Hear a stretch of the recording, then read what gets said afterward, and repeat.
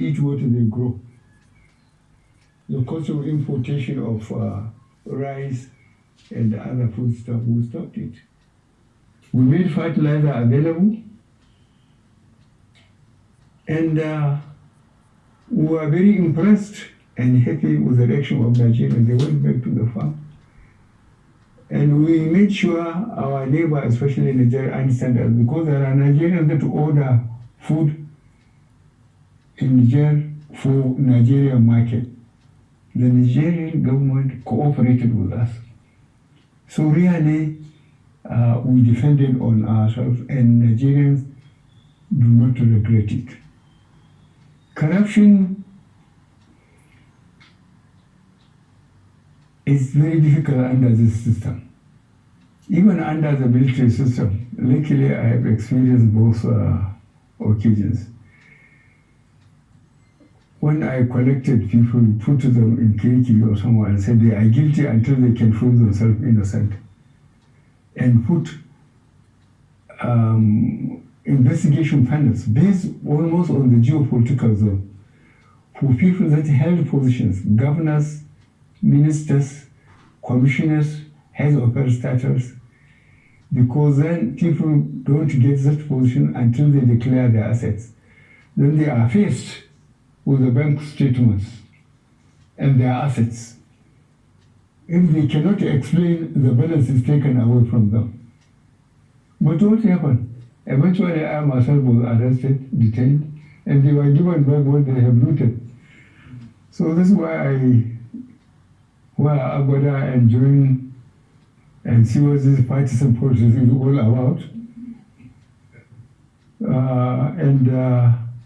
I will not change, but the system here, those who have the money, they can take sons, first class lawyers. Cases will take 10 years. And doing things with immediate effect was not possible. But I assure you that in spite of the problem we are having with the system, whoever we have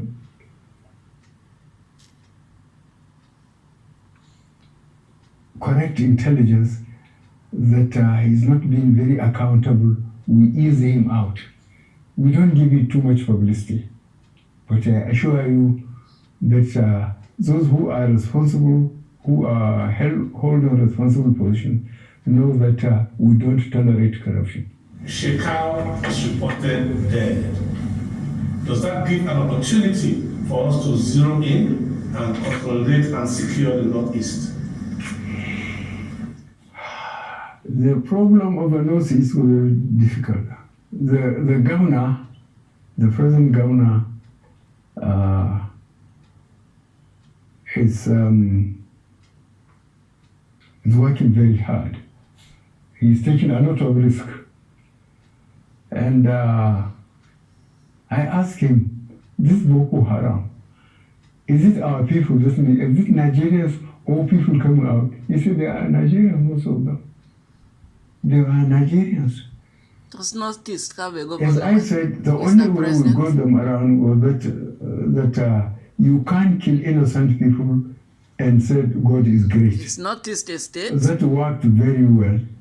But I think we have a problem of unemployment.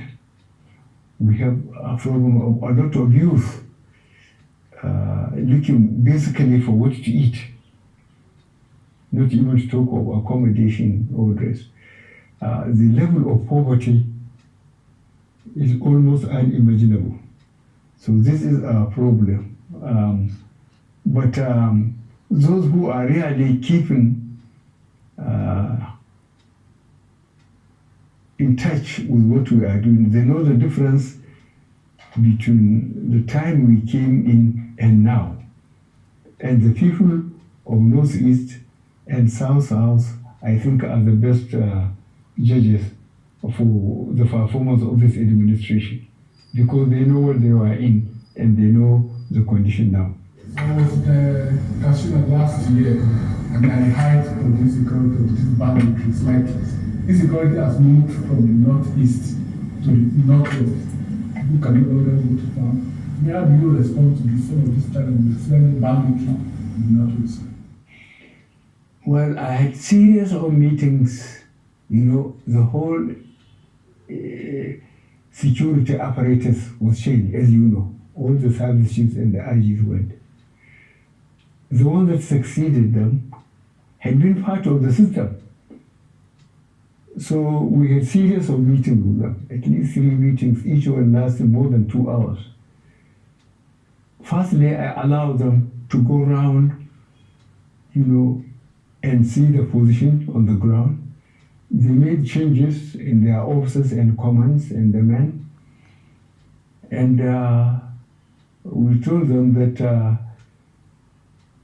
we want confidence to be rebuilt. As you observe, people to go back to the land so that we wouldn't have food problem. And I think that is being done. We are giving it less publicity because we don't want to make them aware that we are taking them head on. But I think those who are in the field know they have been suffering a lot of casualties. And we stopped, for example, mining in Zamfara State. We expelled the foreigners, and we are talking to the government, although he is not in the federal government's party, but we want to secure Zamfara, Sokoto, and so on. And you mentioned Katsina and so on. But the important thing is the question of local security apparatus. We have police in every town. And I've been talking to the police, trying to push them as hard as I can. They don't wear uniform and sling their rifle just to intimidate people, but to make sure, if necessary, they use it to bring security. In the Northeast, you know what was happening. In the South, you know. I too was almost overwhelmed by what is happening in the Northwest. But we are treating them as criminals now. They are experiencing a lot of casualties. They will not say it because they don't want to demoralize their recruitment constituencies. But they are suffering a lot of casualties. We know that. Mr. President, still on the issue of security. Yes. Each zone you would have witnessed has sort of taken matters into their own hands with different kind of security apparatus, like the civilian JTF, Amotekun, and what have you. Has the time come to now formalize state police in Nigeria? I have seen, or I have been reading it in the newspapers. Those of us who are old enough to know the old NA police and so on. That time, the traditional institutions leaders were very effective. In each community, you know, I will give you one example of recent. 2 governors from the Southwest came to tell me that the cattle rearers in some of the forests there have killed farmers while their cattle were eating on their crops. So I told them, you campaigned to be elected, and you are elected. He said, and I said, go back and sort out yourselves. Because there has been a system, as all of us here could call, even though local government, when there are security at each level, at local government, at state, it consists the traditional leaders in that area who have been there for generations. So they know all the crooks in their locality. Then the police, then those who come, whether they are cattle rearers or influential traders, they are part of it. They meet either monthly or quarterly, you know, and discuss the security within that level. If it is above them, they pass it on. So I told those governors to go back and go to the old system so that they will have intelligence. They will know what is happening in their constituencies. They just can't go around and win election and then sit tight and think somebody will do their job for them. I just send them back. Mr. President, the 17 governors in the southern part of the country recently called for restructuring. They also announced a ban on open grazing in the southern states. But despite that, the Attorney General of the Federation, Abubakar Malami SAN, said he didn't know what they were talking about. But what exactly is your own opinion on open grazing? What steps are you planning to take to put an end to farmers' headers clash? You want me to contradict my Attorney General?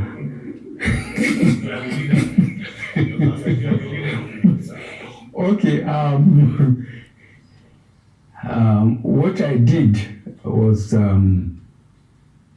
ask them to go and dig the Gazette of First Republic when people were very loose. There's cattle routes and grazing area. Cattle routes where when they are moving up country, north to south or east to west, they have to go through there. If you allow your cattle to stray into any farmer's farm, you are arrested. The farmer is invited to submit his claims. The alkali or the judge will say, "Oh, I pay." If you can't, the cattle is sold, and if there is any balance, you are given. And people are behaving themselves. And in the grazing areas, they built earth dams, put windmills, in some places even veterinary departments, so that the herders are limited. Their route is known, their grazing area is known. If they have any problem from the locality is known. But I'm telling you, this rushing to the center, people just I think. So I asked for the gazettes, to make sure that those who encroached on these cattle routes and grazing areas will be dispossessed, and try to bring some order back into the cattle areas. The problem is trying to understand the culture of the cattle rearers. There is a cultural distance between the chiefs and the Fulanis. So the governor of Benue said, "I'm not disciplining the cattle rearers because I'm one of them." I cannot refuse to say I'm not one of them, but he's been very unfair to me. And I told him that the Nigerian cattle rearer was not carrying anything more than a stick. Sometimes with a machete to cut some trees and give it to the animal. But those sophisticated ones, they are good with AK-47. So from all the Sahel areas, people rush to Nigeria, and Fulani from Mauritania or from Central Africa look the same. So they think they are Nigerian ones. And I assure you that we are trying to resuscitate these cattle routes, grazing areas, and make them accountable. And all this cancelling of taxes, ordinary people like it, but the problem of accountability, when taxes are being paid, people are behaving themselves. But now without taxation, people are doing what they like. Yes, that brings us to the question of power devolution. All these taxation things, these were things that were working in first place, but they are no longer working because of that. And that's why people are talking about restructuring the federation to make it work for them.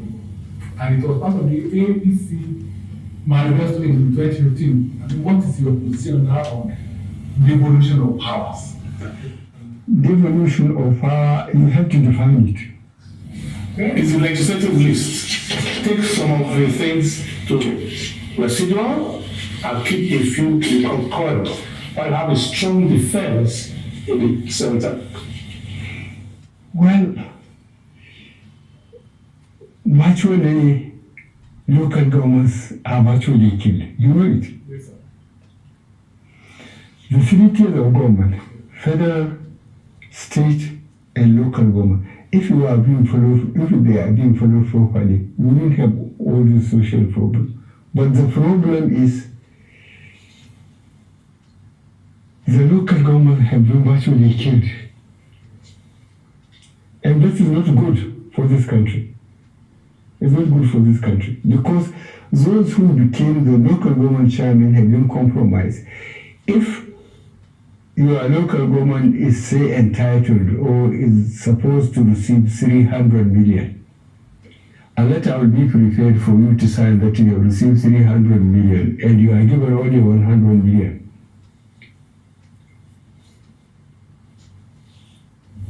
So how can we reduce the powers of governors and give more powers to local governments? By writing a new constitution. And reduce the powers of the president. While we're at it. Zubrun has a lot of power. Okay, I think this question of accountability is very important. The schooling, especially education, is suffering so much. If, for example, during our generation, I spent 9 years in boarding school, and the teachers then treat us as they treat their own children. If you do well, you applaud before the classroom and praise. If you misbehave, they remove your thing and plug you there in front of the class. So you just have to behave yourself. But now, one of the chaps from Ogun State, Hassan Bakari, he told me when he came back from America, he went to his Amata, and he couldn't differentiate between the teachers and the children there. You see, the teachers used to take students as their children, and they have all the time for them. But problem, the standard virtually has collapsed. That we have a lot of problem. Which takes us to the next question. The northern part of the country, these schools have been subject of attacks. Now, if these schools are actually being attacked by bandits and terrorists, and you want to lift 100 million, and their parents are also under threat, how do you think that goal of 100 million people out of poverty can be achieved? Well, try and appreciate what efforts the federal government has done. One, we have moved all the service chiefs and the inspectors in our police. We need new ones. We allow them to go around and see the problem. They have been part of it all the time, but now they are in charge. And we make sure that their priorities is to make sure they have brought normalcy, people to accept the responsibility of their offices and fulfill. They are working very hard on that. We cannot give it enough publicity because we don't want to give Sharia warning to the real criminals. The ones on Northeast, the ones in South, the problem is Northwest. The same people, same culture, killing each other, stealing each other's cattle, burning their villages. As I said, we are going to treat them in the language they will understand. We have given the police and the military power to be ruthless. And you watch it, in a few weeks' time there will be difference. Because we told them that if we keep people away from their farms, we are going to starve. And the government cannot control the public. If you allow hunger, to permeate the whole society, the government will be in trouble, and we don't want to be in trouble. We are already in enough trouble. So we want them, and sooner than later you will see the difference. Yeah, now, yes, since you talked about talking to the people of Northeast in a language they understand. That is the whole, there's a crisis around that language. So it shows that because we were a former military man, we are talking about using force to restore order. But it's understood in another way, especially given what happened last week when you spoke about the Southeast IHOP and others. One, controversy of Twitter. When is government going to ban Twitter? That's To make the work. the suspension of Twitter. Mhm. Because, when is Nigerians are expecting when the government will do it back? And two, how are we going to resolve the crisis in Southeast? Well, Southeast, I was encouraged by what I heard. Nobody told me. Two statements from the South. One by elderly people. Southeast. No, South. South. Yes, by elderly people. They said this time around there will be no access to sea. I'm sure I will understand what they mean. Again, the youth made the same statement. That encouraged me. So that informed. It's just like a dot in a circle. If they want to exist, they will have no access to anywhere. And the way they are spread all over the country, having businesses, having property, I think IPOB doesn't know what they are talking about. In any case, we say we talk to them in the language they understand. We will organize the police and the military to pursue them. That's what we can do. And we will do it. What about Twitter? Twitter. That I will give to myself. What? Well, still on the Southeast, Mr. President, how do you plan to include more people from the Southeast, and indeed the South in general, include more people in the Southeast, and indeed the South in general, in your government, especially in security services and NDAs? You look at, say, NNPC, look at the military. People who have been there for 18 years, or people who have been there, say, for 10 years, they trained in Zaria or in Abeokuta. They come through the ranks, and because they served under all the circumstances, the crisis and everything, and they gradually rise to that status. And you think you just pick somebody just to balance out. These positions have to be earned. Those positions have to be earned. There are people who have been there for 10, 15 years. And you just because somebody will say, oh, there's nobody. If you don't join, you are not forced to join. But when you join, you go through the rigmarole. You go through the program throughout, and you learn by the system. Yeah, but Your Excellency, in the case of the Chief of Army Staff, there are almost 30 generals who have to retire now or whatever because of demand, because of the rank of the current Chief of Staff. Do you know why he was serving before he became the Chief of Army Staff?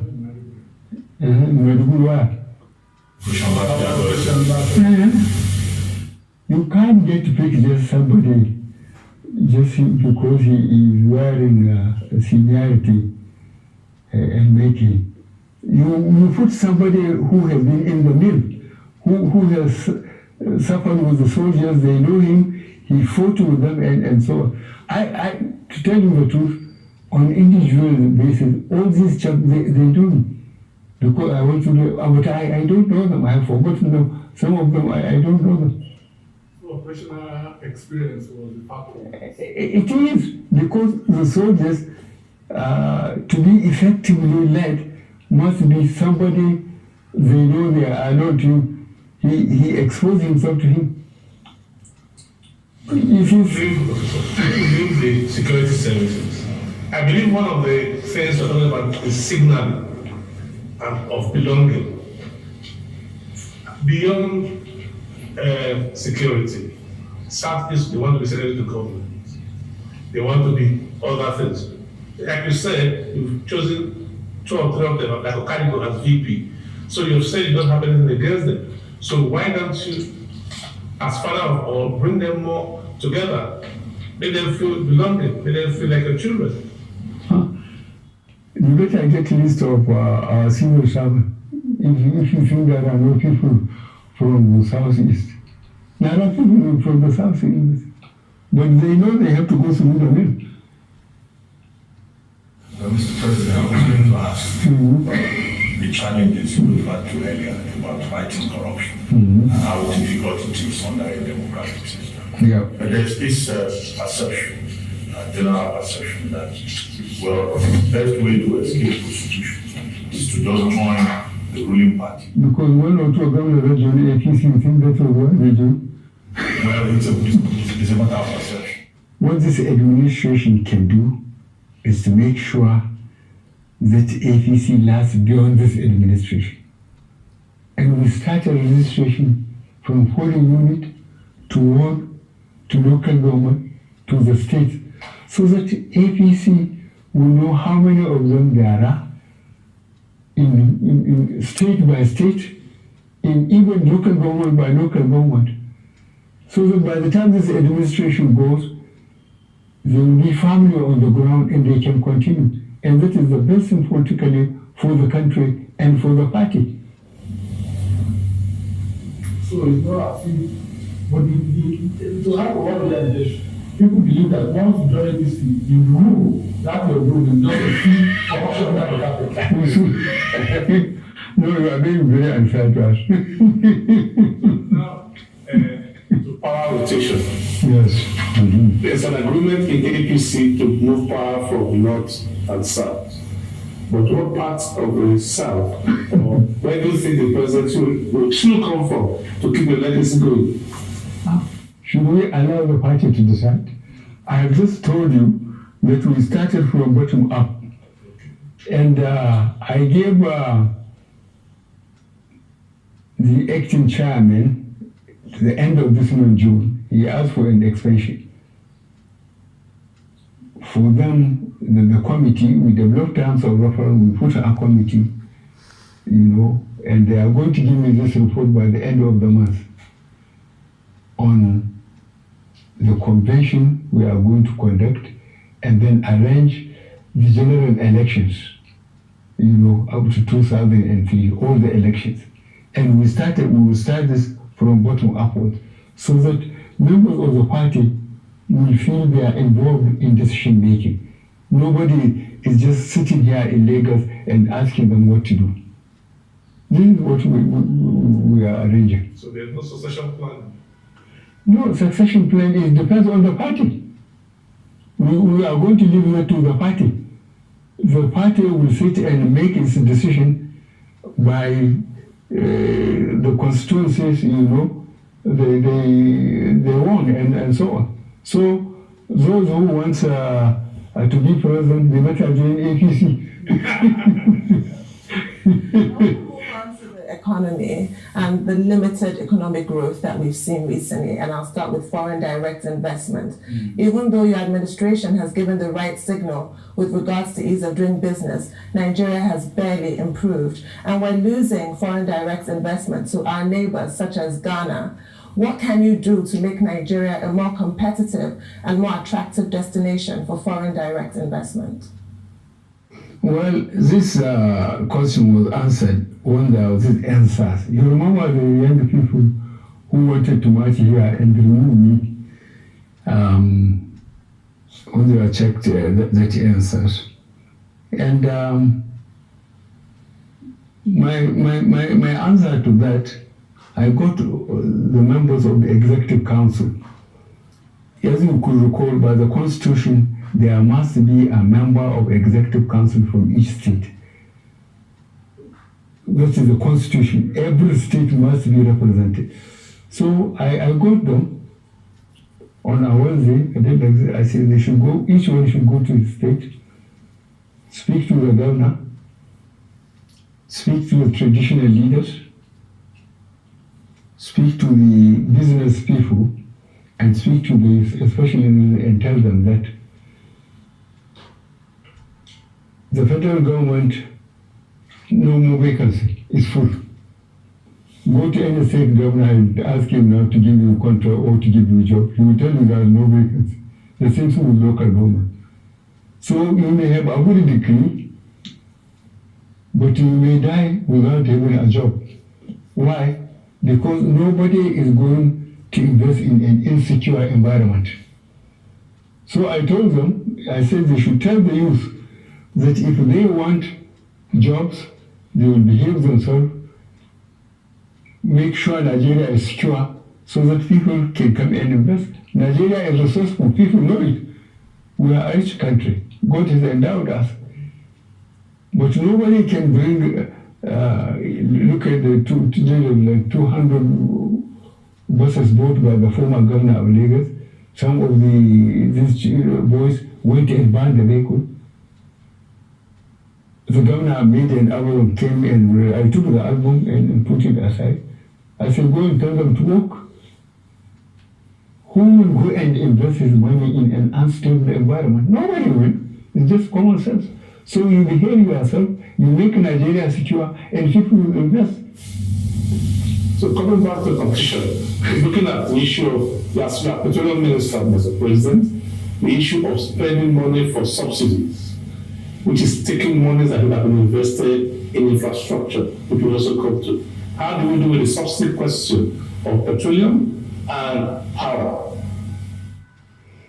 It's a very difficult question, and I suspect you know it. Nigeria introduced their oil, so it can't be too expensive.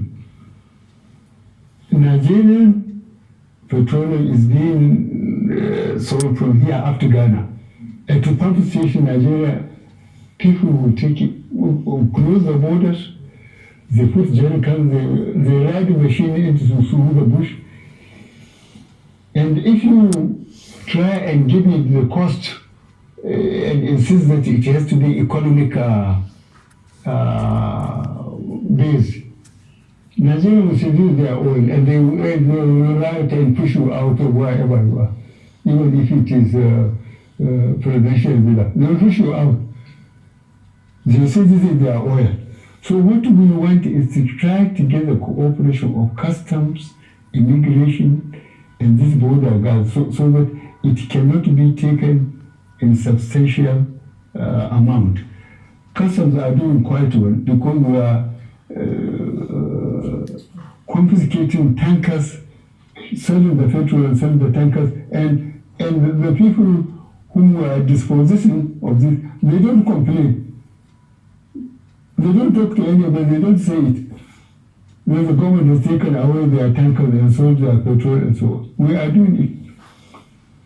Mr. President, let's talk about debt service to revenue ratio. Under your watch, it has risen from about 40% to 90%, thereabouts. And there are many who are complaining that, well, because of this heavy debt burden, it's becoming very difficult to fund infrastructure. What measures is your government putting in place to diversify the economy and to further increase revenue? Well, you start talking on the infrastructure. I would like you to check how much we are earning from 1999 to 2014. Our production. If you check, you will find out that average production was 2.1 million barrels a day. At the average cost of $100 American per barrel. So 1999 to 2014, we were earning 2.1 million times 100 each year. Look at the state of the infrastructure. Look at our roads. Look at the rail. Look at power. And tell me which country developed without infrastructure. And did you ask those regimes or that regime, whichever it is, what have they have done with the money? No roads, no rail, no power. I sit here and see the amount of casualties we are getting between Lagos and Ibadan alone on daily basis. Tomorrow I'm going to commission the rail, the roads, and ask people who are living in Lagos now going to Ibadan or coming up country how easy they have found it. This is what we have been doing.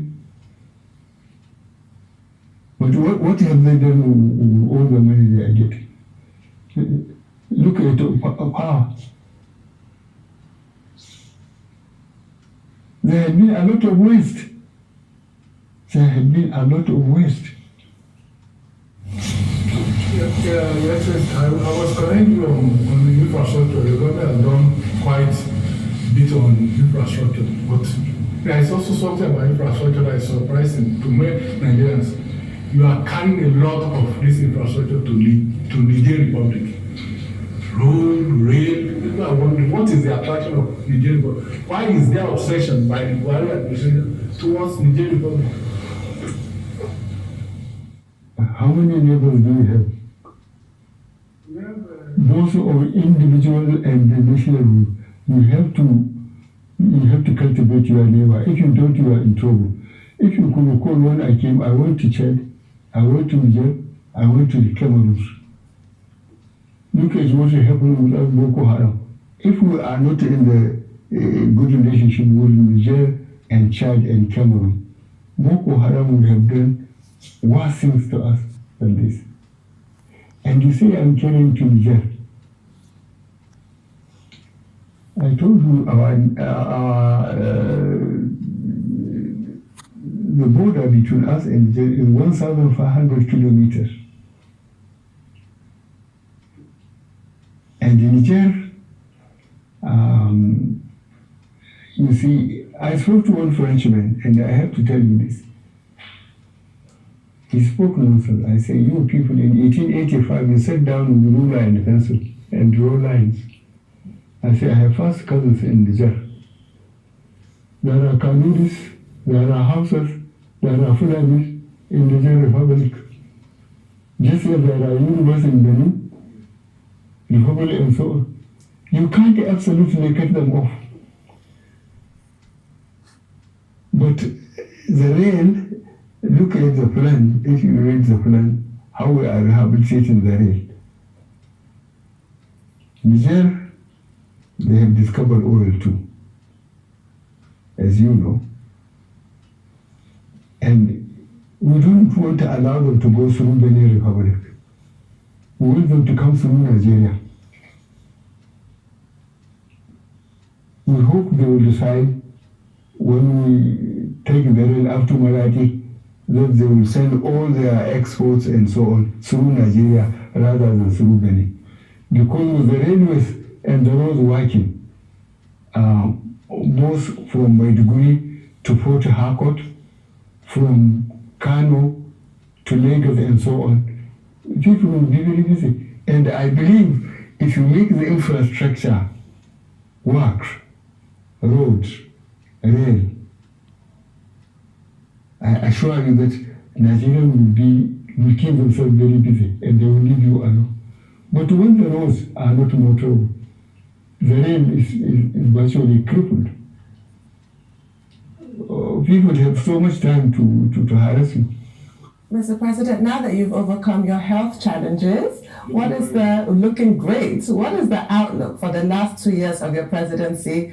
And then in retirement, after 2023, what do you plan to do? The Presidential Library, what projects will interest you in retirement? Thank you very much for thinking that I'm okay.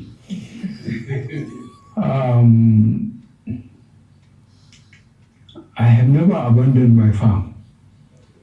I still have got a number of cattle. And when I leave, I will be going to my farm daily. I will try and keep myself busy. Between now and then, I will try to keep on convincing Nigerians that I'm doing very well. I will make sure that the three identifiable problems we have, security, economy, and fighting crime, I will continue to work on it. And as I said, visibly, we made progress in the Northeast, we made progress in the South-South, but I'm overwhelmed almost by northwest, and they are going to get it very soon. Well, Mr. President, what will be the Buhari legacy? Well, I will allow Nigerians to discuss it. I hope they will be fair to me. I wouldn't like to say it myself. I would like Nigerians to try and spend time when we came, both economy and security, where we were, where we have been for the 8 years and maybe around, and try to work out. I hope Nigeria will be fair to me. This is all I need. All Nigerians may be having fears. What's your message to the whole of Nigeria today for your 6th anniversary, on where we are and over the last few days? Last question. Yes, under the system, Nigerians say what they want. They want to their own republics. They don't even talk of the resources, how we can disengage ourselves, how we are going to share what we have invested when we are together, how are we going to share it out, how fair are we going to be to ourselves.